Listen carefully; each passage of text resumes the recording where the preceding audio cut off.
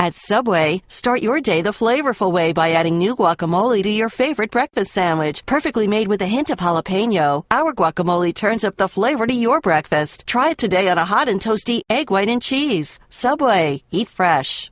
The BS Report is a free-flowing conversation that occasionally touches on mature subjects. The BS Report. The BS Report with Bill Simmons. Here in New Orleans, 4-time NBA champ Horace Grant. 4 times. 4 times more than Barkley. Well, 4 times more than Karl Malone. Wow. Am I a Hall of Famer yet? No, not yet. You're on the mix. How many years you play? 16? Yeah, 17. 17. 17 years and fantastic 17 years.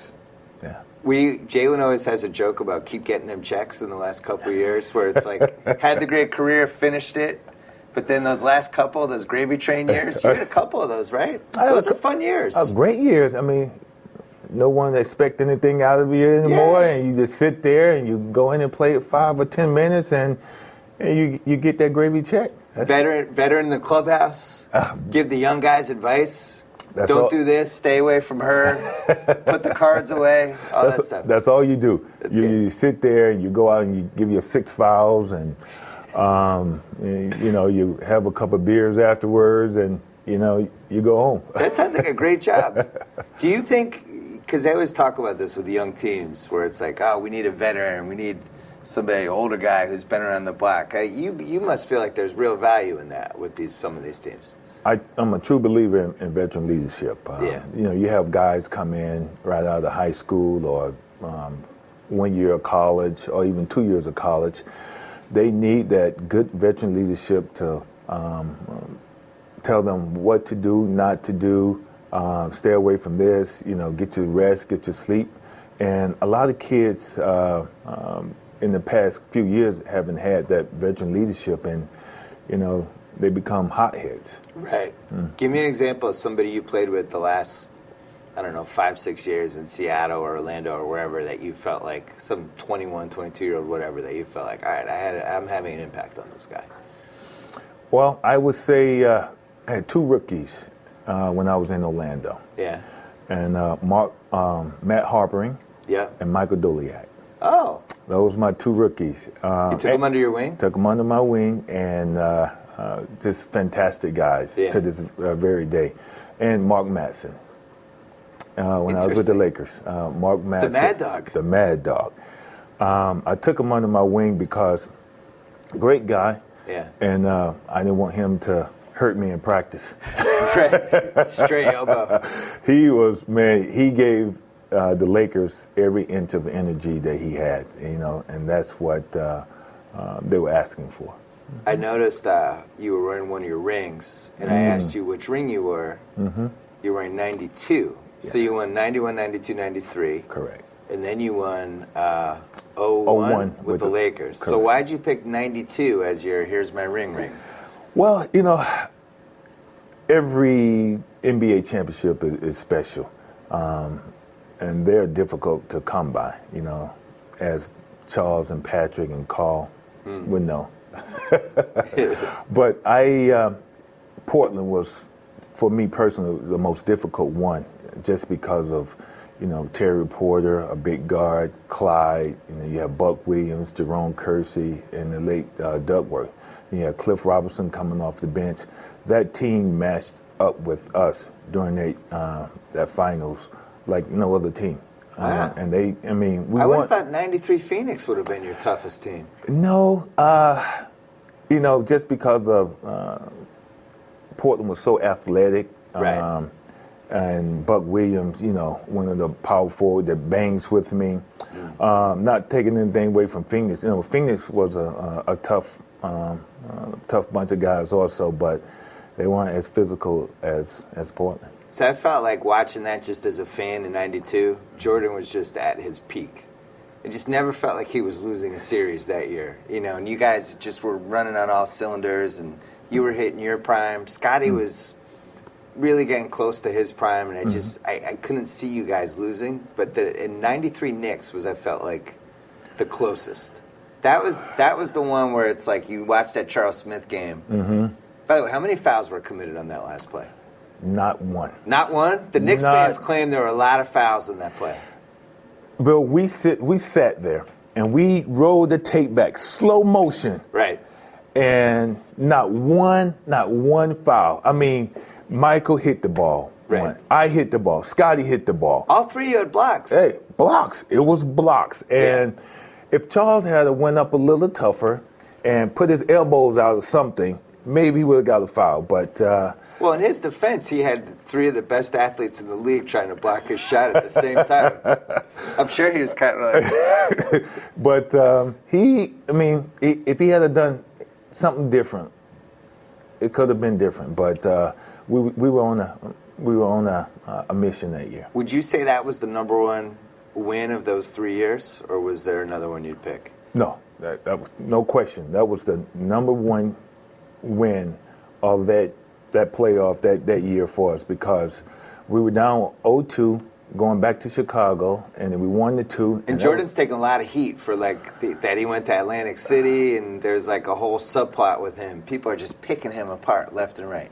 And we supposed to have played the game a couple of days later, but something happened with the league and the game. We had the schedule got like 4 or 5 days off, and that gave the Bulls us time to reflect what we need to do, and the media, talk radio, just ate us apart. And we're a very prideful team. And I remember some radio show said, the Knicks, they're getting in their big 18-wheelers, their pickups, and, they're just a bunch of tough guys. And the Bulls ride around in their Porsches, their Corvettes, and things like. So that crushed us, man. And we were like, okay, now we know what we have to do. What was it, Game 4? Jordan had 55? He had 54. 54? 54. That was one of my favorite Jordan games because he was just so mad. You could just see it. I'm killing everybody in this game. We were like, okay, we know Michael Jordan as a teammate and as a person. There's no way that we were going to lose Game 3. I mean, if he had to take 100 shots, he would have. Could you tell, in the locker room from the energy that he had going, you'd be like, uh-oh, that team's in trouble today? No, we knew that don't talk to him, don't, not a word. You just let him stay where he is in his mind. Right. And that was to go out and take care of the Knicks. A lot of people don't realize that Bulls team, the 91, 92, 93 run, that was the first team where the line got crossed a little bit in terms of information getting let out to the public, because the Jordan rules came out before, I guess it was during the 92 season.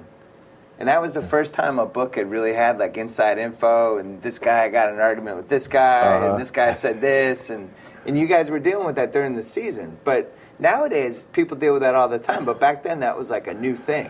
That was very rare back in that day, because we didn't have all the social media no camera phones. We had the big phones about that big. You hold up like a boom box, and now you have the little tiny phones and the cameras, and stuff just get.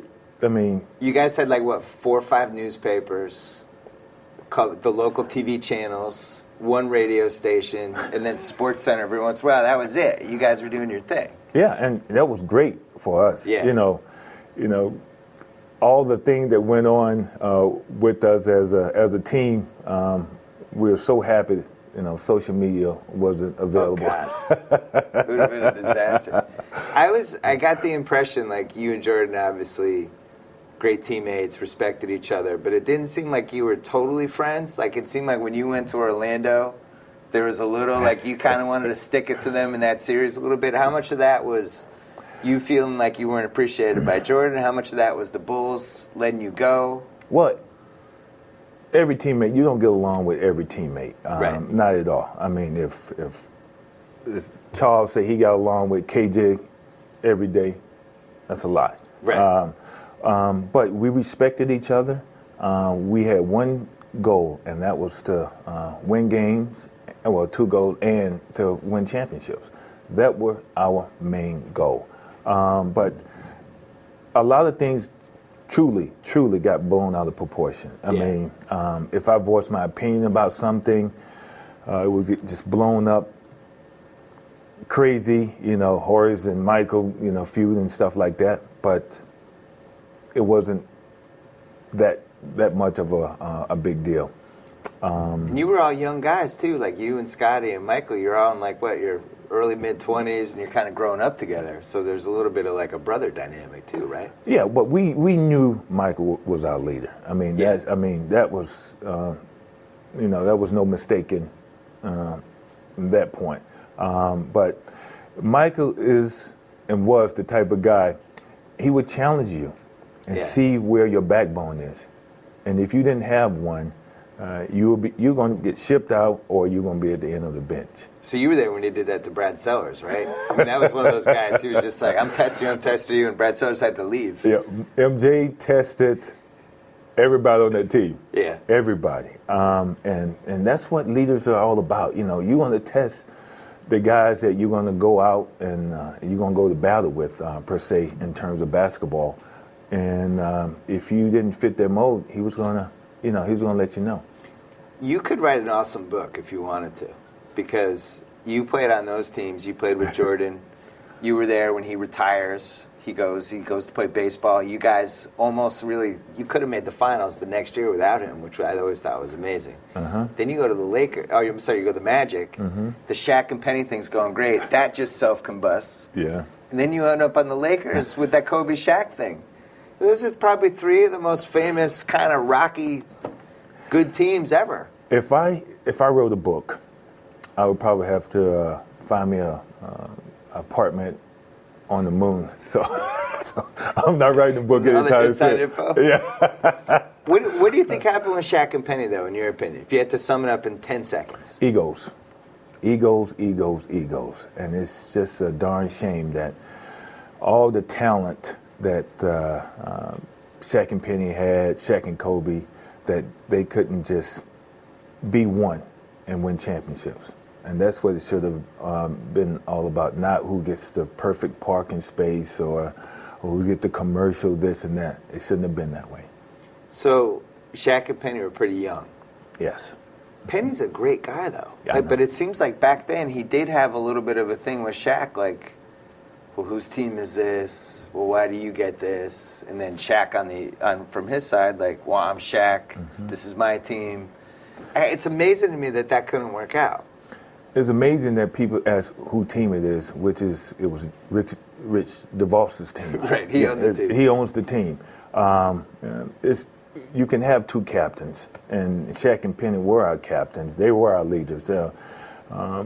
It's not like you have a defined leader like, say a Magic Johnson or a Larry Bird or Michael Jordan. Those are defined leaders.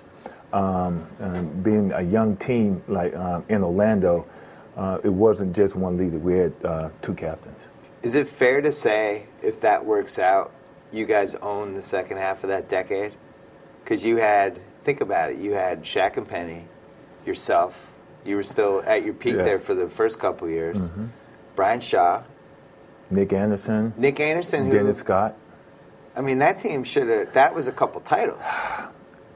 My opinion, it would have been more than a couple, because we were maturing as a team. I mean, to go in my first year there, to go to the finals. Right. I mean, and you legitimately beat the Bulls, which somehow the NBA has erased all games and footage from that series, because Jordan was terrible in that series, and now it's been spun, and probably fairly, as he was in baseball shape, had the baseball muscle, came back, 18-game warm-up, but got his ass kicked in that series. But, I mean, saying that, you have to give the Magic credit that year. I mean, we were on a mission, man.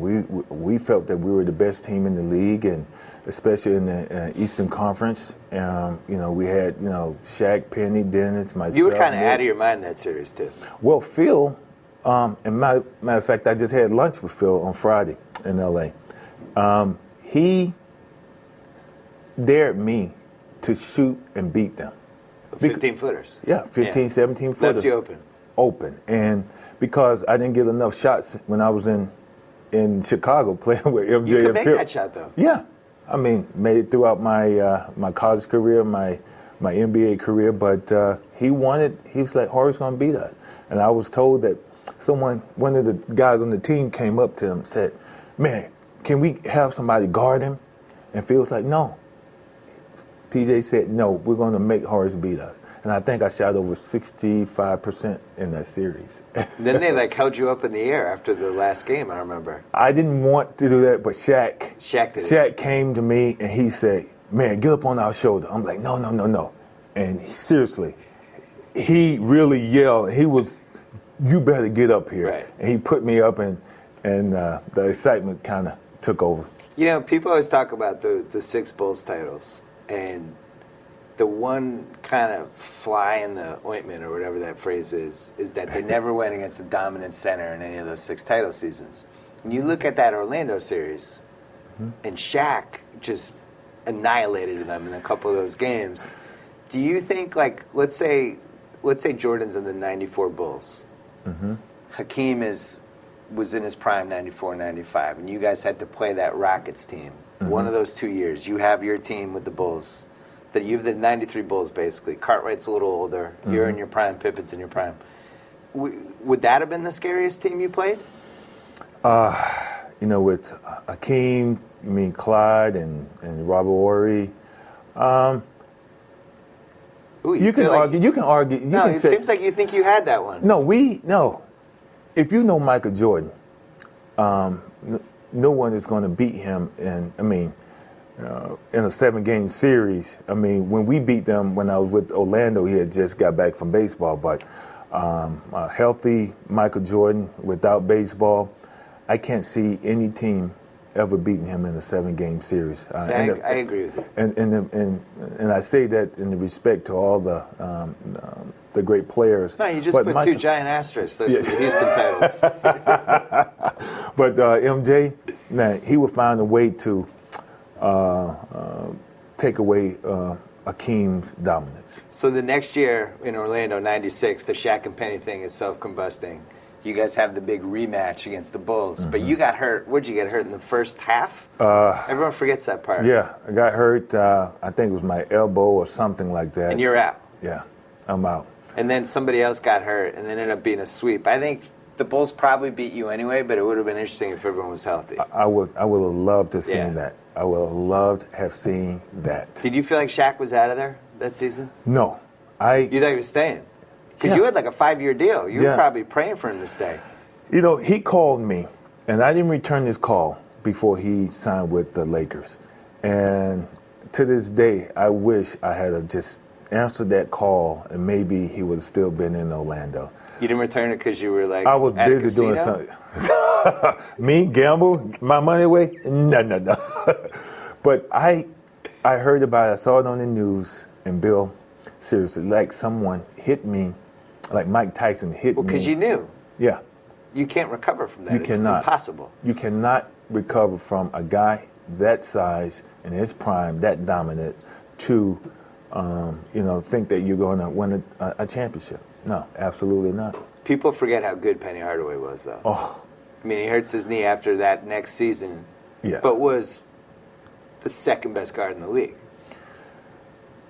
I wish people just, Google. Just go and look at the highlights of a Penny Hardaway in his prime, healthy. 6'8". 6'8", can pass, shoot, explosive, just high IQ basketball-wise out there on the court. If that guy had been healthy, you can say he could have been the first ballot Hall of Famer. So you played with Penny as he's coming up, and then you play with Kobe as he's basically in the same age range coming up on the Lakers. Yeah. Who was more talented? Talent. Oh man, that's very tricky. Talent, they're both right there. I can't say one is more talented. So you think Penny could have been at least as good as Kobe's career if he stays healthy? Oh, because I agree with you. Without a doubt. Yeah. I mean, I'm serious. You're talking about 6'7", 6'8", can see the floor, 3-pointers, drive to the basket, assist, you name it. His all-around game. Who was more fun to play with? Fun to play with. Okay, fun to play with. Because I judge all basketball players by how fun they would have been to play with. You would have been fun to play with. I would say fun to play with. Shaq. You didn't even answer. Unbelievable. I think to fun to play with, they were both fine with me, man. If I had to pick diplomatic answer. If I had to pick one, I would say Penny. Can we at least say Penny would have noticed in the third quarter, like, oh, Horace only has 4 shots. I got to get him involved a couple times. No, he would have been more likely to come to that conclusion. Correct? Yeah, Penny. You can go up and say, Penny, I need a couple shots, man. Okay, all right, I'm gonna get you the ball. Right. Hey, Kobe say, hey, get it off the rebound. Yeah, Horace, go down there. Does it make you, like, when people bring up the Kobe versus Jordan things, that you played with both of them at fairly similar points of their career, do you just make a face? I mean, it's amazing to me that people compare anybody to Jordan. I think LeBron's the first guy that at least we can discuss it, but it's still, he's not there yet. No, I mean, don't compare anybody to Michael Jordan. I mean, I've seen it firsthand. I mean, I played with MJ, Kobe, Penny, but MJ is in a class by himself, man. I'm telling you, from the standpoint of how strong he was, athletic, and that drive, that killer instinct, that if we're up by 30 points, he's not satisfied. He wants to hurt somebody's feelings. Yes, yeah. He want to send you home, and he want to see you crying out the door, literally tears in your eyes. He wants you to have nightmares about playing him and the Bulls. Yeah. And that, I mean, I saw a little bit in Kobe, but not to the extent of a Michael Jordan, man. Michael Jordan is just, I say, the best. Steve Kerr said that 72-win season, there was probably 8 or 9 games when the team was just dead. And Jordan was like, nah, we're not losing. I'm just not letting it happen. And that was the reason the 72 wins, which is why I'm fairly confident that might not happen again. I think Oklahoma City would have had a chance if they didn't trade James Harden. Because it's like, you think about, just put James Harden on the team they have now, if Westbrook had been healthy the whole year, and be like, oh my God. But I don't know if we see 72. I don't think you'll ever see 72 again, because that was such a unique year with the Bulls. Michael having something to prove, and, he was after championships. And to go out and put a team on his back like he always done, but, with MJ, it's more goals that he wanted to accomplish. And he knew when it was time to completely give it up. He couldn't do it anymore. Did it make you mad that you just didn't get to be a Bull your whole career? Well, when you look back at that, do you feel like, oh man, like those are my dudes? Well, if I say yes, I wouldn't have had the opportunity and the chance to play with Kobe and Shaq and Carl in different cities. I think my career ran its course how it should have. Chicago is still a great place to go back and see friends.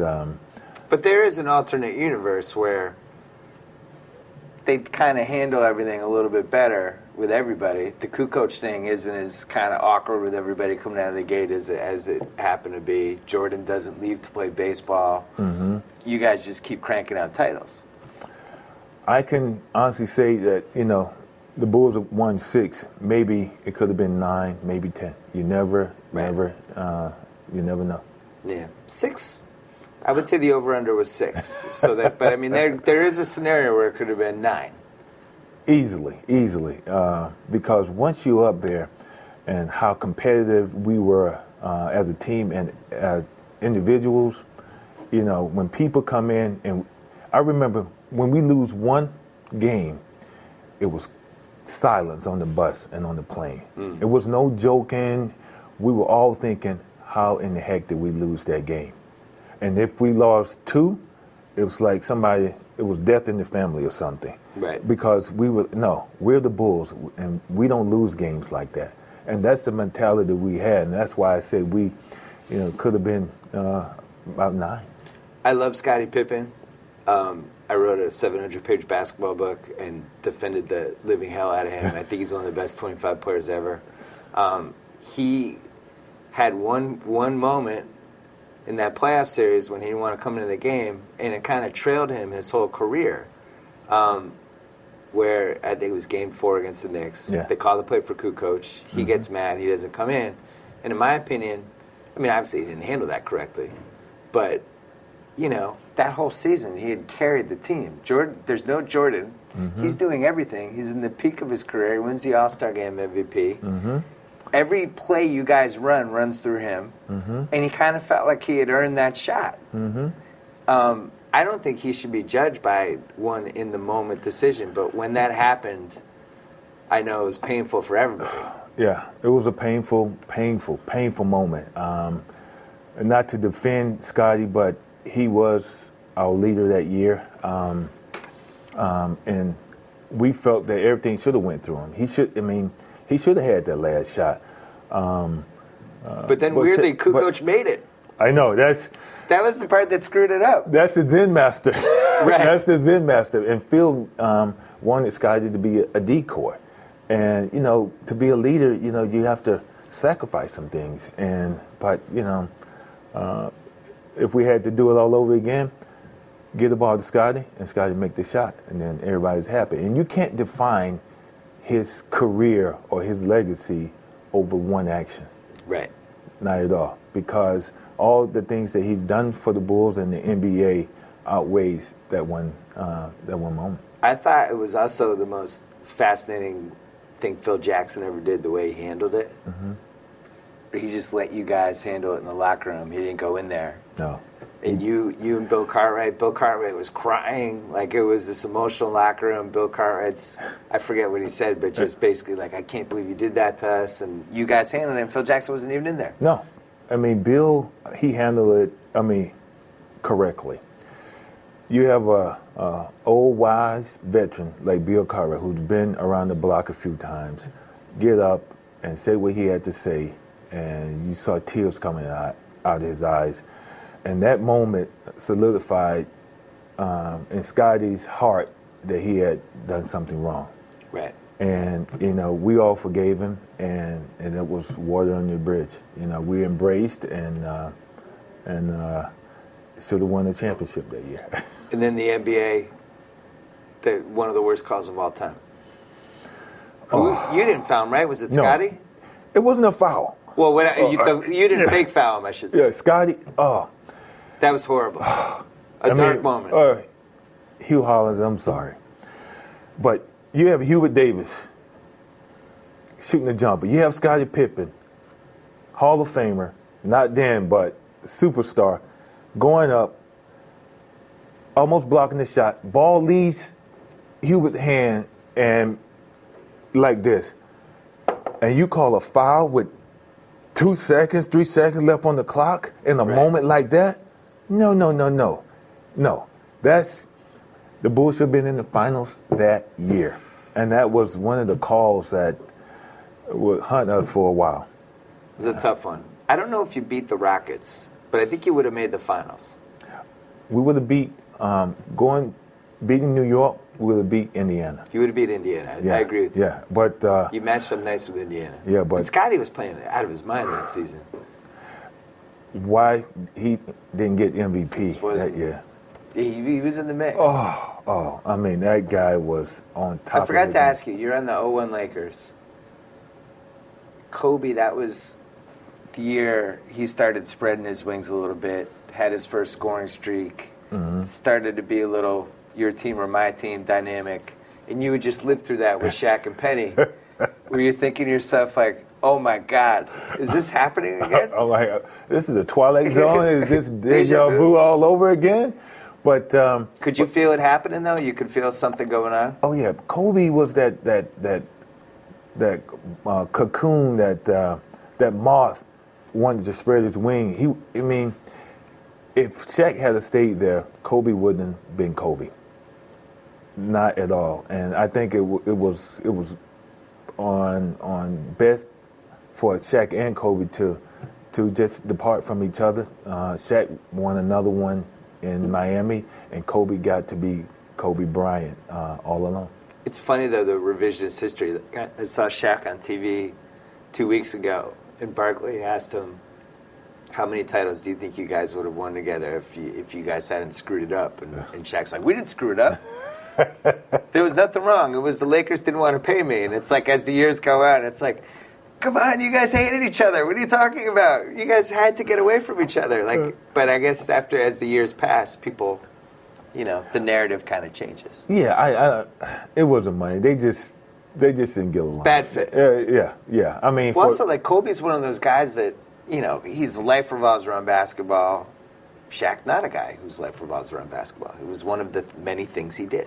Yeah, that's the crux of the issue. Yeah, I mean, Kobe, lived and breathed basketball, worked on his craft on the off season, and Shaq was Shaq was so dominant that he felt that he didn't have to do that. Right. And he wanted to enjoy life. I think Shaq philosophy, basketball isn't my life. I got other things that I want to do in the off season. But Kobe, he ate, breathed, drank basketball. Right. I described Shaq as the guy who could have gotten a 4.0 in college, but he ended up with the 3.5, but he had the most fun time out of anyone in college, and he's totally cool with it. I can't really blame him either. See, that's the great thing about Shaq. He was so dominant that, I don't need to go over here. I'm gonna enjoy this cheeseburger right here. Right. I'm gonna enjoy the limelight. I'm gonna enjoy myself. And then when it's time to go out and produce, I'm gonna be there. Right. 91, you guys ripped through the playoffs, the first title. It was kind of a secretly great playoff team. I think you lost 2 games. One of them was OT on the Perkins shot, and then you lost one other. You lost 2 or 3 games, I can't remember. 01, the second title, where you were there, that team was ridiculous. They basically came from an overtime game in the finals from sweeping the playoffs, which has never happened. Really bad regular season for what the talent was. But then the playoffs, 15-1, what team was better, you feel like, in the playoffs? I would say that 01. 01, interesting. 01, because the West was tough, going through Portland and Sacramento and San Antonio. I mean, we had a niche, we had a chemistry that, I haven't felt in years. As you said, the regular season was subpar, but, we came together during that playoff because we had one goal, and that's to win that championship. And that's another question. We keep guys there for a few more years. It could have been 4 or 5 championships. Right. You never know because guys were still hitting their prime. So 01 Lakers versus 91 Bulls. You think the Lakers are a slight favorite, but then there's the MJ factor. Yeah, it's the MJ factor because knowing MJ, he would have neutralized Shaq. I'm telling you, man. He would have figured it out? Would have come weak side, kept stripping weak side or something. Michael watched a lot of film. And the things that people don't know that, he will find out the little niche to go around to neutralize, say, Shaq or even Kobe. Yeah, that's MJ. All right, last question, then we're going to plug your charity. The Morris twins, they're kind of on your corner. With the Grants. You had the Grants, the Van Arsdales, the famous brothers over the years. The Morris twins now in Phoenix, they're going to make the playoffs. They're getting a little buzz. Break it down, the Grants versus the Morrises. The Morrises wouldn't have a chance. No chance? No chance. 2-on-2, you kill the Morrises. 2. I mean, that's what Harvey was more outside. He was with the Bullets at the time, the Wizard now. He averaged about 18, 19 points. Harvey was good. Yeah, he was. He just was on bad teams. Yeah, exactly.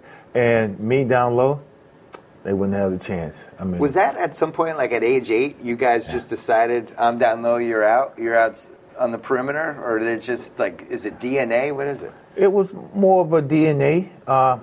a lot bigger, and you know, I ate more than he did. I took his Harvey food. was skinnier. Yeah, I took his food. So you took his food. That's what happened. You darn right. Yeah, I had to eat more because I knew I was going to be on the Bulls one day.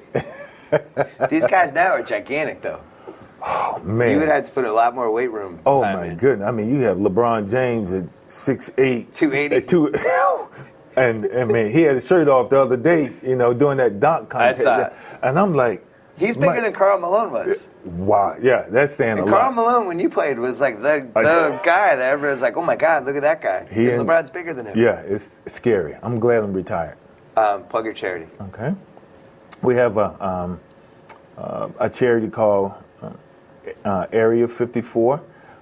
It's outreach program for kids. You know, they come in and, you know, we have activities, you know, computers, the whole 9 yards to keep them off the streets. And we also have... Based in California? In California, in San Luis Obispo. Okay.